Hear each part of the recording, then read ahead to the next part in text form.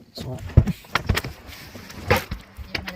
so ito yung mga CRB na kasikatan ni ano dati ni Efren Batteries.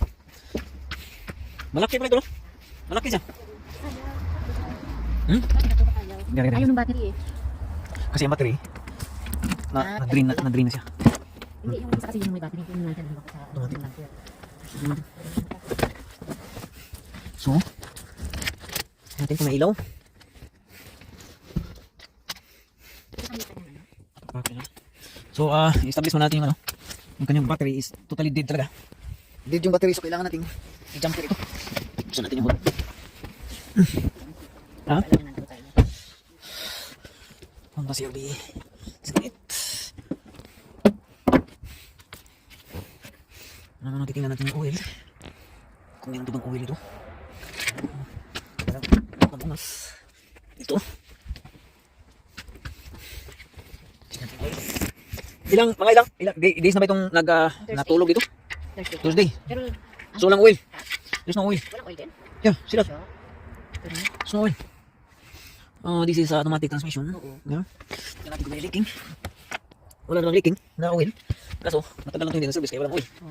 Okay, and then detail check natin yung coolant. Check natin yung coolant. There is coolant here. wala kasi akong alam sa mga ganyan. Basta So merong coolant. oil lang. So, oil lang ang wala. Merong coolant, walang oil. And then, hi, good evening, how are you? I told you not to come out. You know you did, but sure, you know, I have my spare key. Timing I change. didn't know whether the board was too close to No, your that's not. okay. You were able to open it. Get into the, Yeah. to get into the side. Yes. Right, yeah. I Oh was my a God, key there. what's wrong In case you with want to move it, you know. Yeah. I have the spare key. You was What back. happened to you? I don't know, I got it flew. I was fooling around a bit. I didn't look after it. And I went on woozy head, so I spent most of the day in bed. Take a good rest. A good rest. Yeah. And drink plenty of water. Yes, I'm doing that as well. I went to the doctor and he gave me some sort of tablets for So you went headaches. to the doctor. That's good. Yeah. But no, once you're working away there, all right, or whatever. Yeah, Okay, first, somebody had told me that this is the problem. But it's not that's the alternator, yeah? Alternator, yeah. And then, there is some states that, you know, I tried Yeah. the engine and he said something is not working or something. I said, what? yeah, There isn't the proper current coming from it. It's not charging, yeah. that's charging. Okay, so first of all, we're gonna establish the battery power first. And then once the engine cranking, and then it should start in any way. Even if the alternator is not charging, Yeah.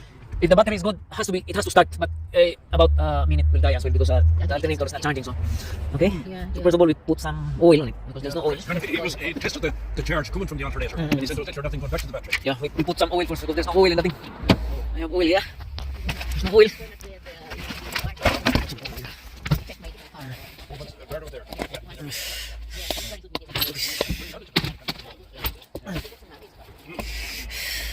Put some oil first. There's no oil. Just put 2 liters. Just to lubricate the engine when it's turning. Philip, I did when you was here, yes, yeah. Ready? All sorts of tests and he said it is the operative. So, We met after they came here. Oh, did you? Yeah. Yeah. What's her name? Maribel. Maribel, yeah. Maribel, Maribel, yeah. yeah. Oh, yeah. I think they just were passing by or they were near and they just stopped in or whatever. Are you okay? It's very cold here. Jeez, you know, I go in and because there's nothing I can do for you anyway. Thank In you that. so much. I told you to stay here. I know you did. I But, thought you- yeah, but I just came out because I wasn't sure about that talk, you know. I said, you're a very good driver. You come park it. Oh, yeah, yes. Park my car. You know, a little bit further. We're going to do that. Just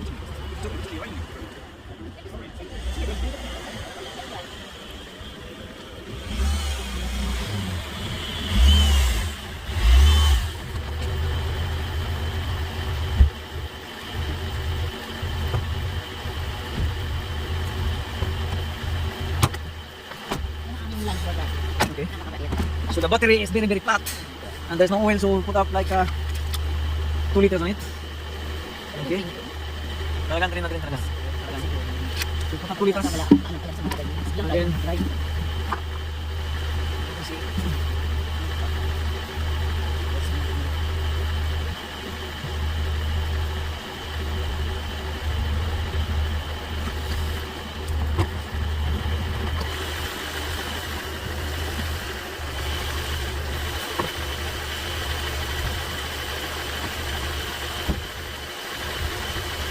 We might need a new battery because if the battery cells are bad, then it doesn't receive charge also.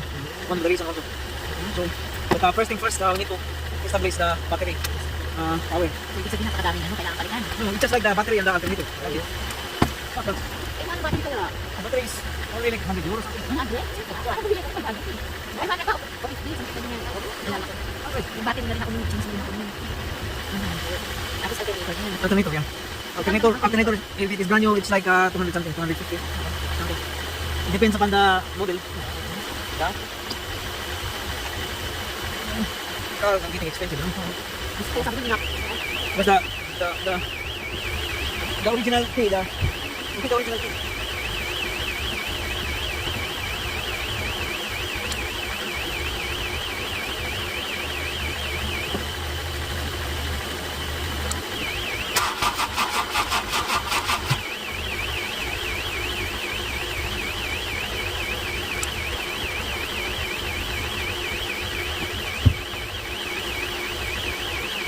Nakalaw siya guys. Ang battery nito, yung battery keep up, wala na din. So ang system kasi pagka matagal lang na hindi umandar yung makina, yung battery keep up is nagdi-drain din. Kasi ang function ng pagka nakadikit ito sa kanyang barrel key, umandar yung makina, at the same time nagka-charge din ito sa battery keep up. But this time, matagal na siya hindi umandar. So hindi nagka-charge yung battery. Okay. Ito yung original. So more or less, we're gonna wait about 5 minutes, more or less, para magkaroon lang ito ng charge konti. Okay, and then, yeah. But it seems to be like, it's not bad at all. It's not bad, yeah. It's only like the battery and then of course, I need service. Okay. So, the service done was 2013. I mean, 18. Ano kasi ko dito sa luma talaga. Parang English naman sa akin. Yeah, but this is a solid engine. You know why? Because this is timing chain. Timing chain. Yeah, timing chain, meaning it will last like for life. But the oil is very good. They really need changing. Change oil, filter and everything. But anyway, this is a solid engine. This is a bulletproof car.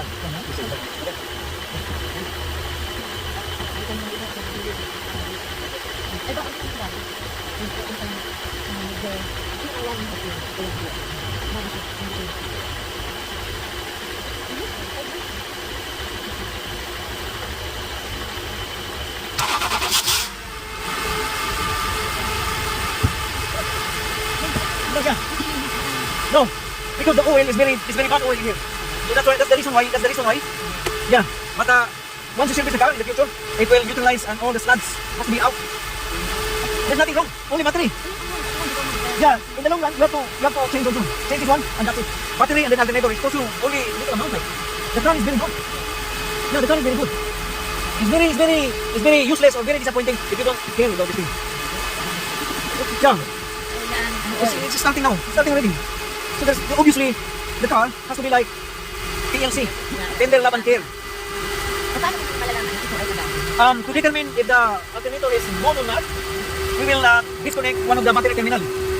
If the battery terminal disconnected and then the engine still running, then the alternator might be good. So we have to disconnect this one. And then we have to disconnect one of the battery terminal here. If the engine died, then you need alternator.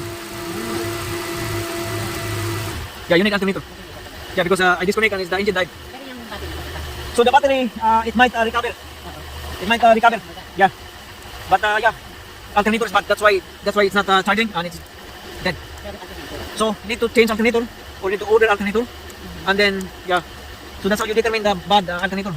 If you disconnect one of the battery terminal and the engine died, so the alternator is bad. service ka ba? Yeah. So second hand, so we can buy like 80 euro. 80 euro. So yeah. I will look for the alternator, and then hindi mo na tayo bibili ng baterya dahil ang sira niya is alternator lang. Okay? So we need alternator, as oil and service kit and everything. Okay? So, Yun na, so yeah. Yeah. More or less, May binta. I will after fixing, and then I will have the take picture, and then I will send it to the guy, and then he will tell me on how much the price on this. Okay? But we need to establish the good engine first, like alternator and service, and then we will tell the guy. Yeah. Pwede mo siya magamit in a few weeks before natin ibenta. But we have to stay with the battery first because the battery is good. The alternator is bad only. Okay? Yeah. So we'll have a look on the alternator first. Yeah. Okay. So that's a bad alternator. Okay. Yeah. Alternator really bad. Sabi is good. CRB guys, 08. Bad alternator. Thank you. So guys, pagka gusto nyo bumili ng sasakyan ito, solid ito guys, solid. Honda CRB 08. Timing chain. Solid ang makina. Okay? Kita nyo. Maganda pa ito guys. Maganda. Tatalunin kayong mga bagong modelo ng mga sasakyan ito. Honda CRB. Tinito ng problema. And then yung sa loob niya, immaculate. Honda CR-V, alternator. But, thank you.